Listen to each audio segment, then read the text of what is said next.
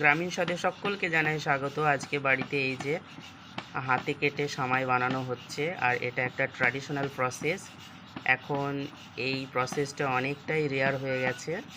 তো এখানে এই যে অনেকগুলো ছোট ছোট করে সেমাই কাটা হয়েছে, আর এটা বানাচ্ছে আমার বড় পিসি।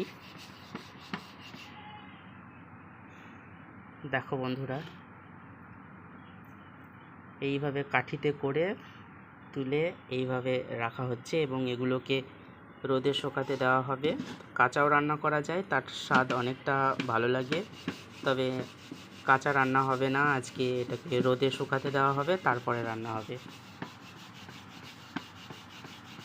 এগুলো হচ্ছে গ্রামের ঐতিহ্য।